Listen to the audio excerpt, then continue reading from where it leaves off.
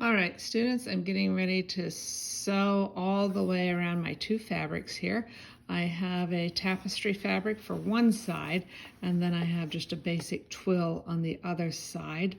These just happen to be the two fabrics that I have in my kitchen, so this is the fabric that I wanted to use. I'm going to make sure that both of my threads here are underneath the presser foot, and I have about at least 8 inches going out the back. Okay, sorry about this bouncing around. This is not my best way to hold my camera. So I'm going to start, oh, by the way, there's this whole area from here to here that I am not going to sew in between. You have to leave a wide section on the narrow end open. Otherwise, you'll never be able to turn this right side out.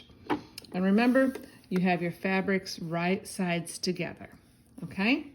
So I'm going to put the needle in with a hand wheel, that's what I just did, and I put the presser foot down. You cannot possibly sew unless the presser foot is down. Presser foot must be down. You have to say that to yourself all the time. And I have my machine set on slow, so I'm going to take and pull my pin out here. Never ever sew over your pins. And here we go. Now I have to move the fabric around, and it makes it very easy because I've sewn that curve on there. It makes it very easy, but I'm the one in charge of steering the sewing machine.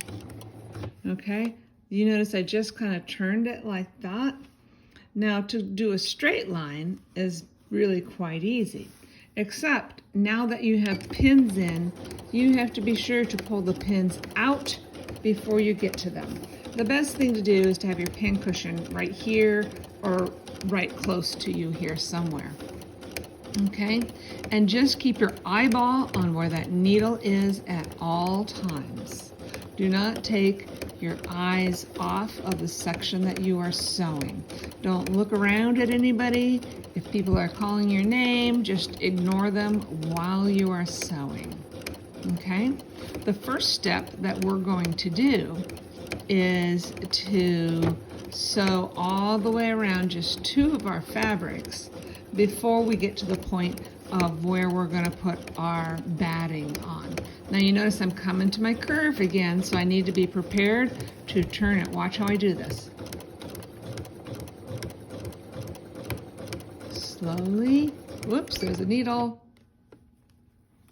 Take the needle, pin, I'm sorry, it's a pin. Take the pin out, curve it, curve, curve, curve. Stay right on that line. Do not vary from that line. Okay. And here I go. Now I'm on the straight section again. This is the easy part. Shh. I'll make it go fast for a second. Pull my pin out. And here I come up to a curve again. Watch how I do the curve. Okay. Turning the fabric, turning the fabric. Stop for a second. Pull that pin out. And I am curving the fabric. I'm turning the fabric around so that the needle goes into the fabric right on my line. If I need to stop it for a second to kind of reorganize everything, that's fine. What you don't want to do is move it while the needle is in the up position. You always want the needle to be in a down position when you're doing any adjustment.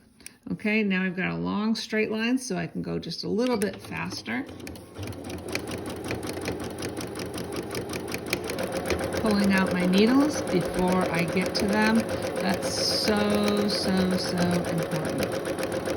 And I'm getting a little bit closer to where I'm going to be going around a curve, which is when I will slow down, way down.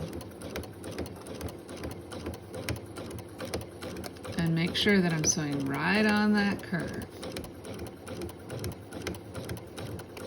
Oops, there's a needle there. I want to get it out before I get to it. Because if your sewing machine needle comes down on that pin really fast, it's going to be awful. It could break your needle.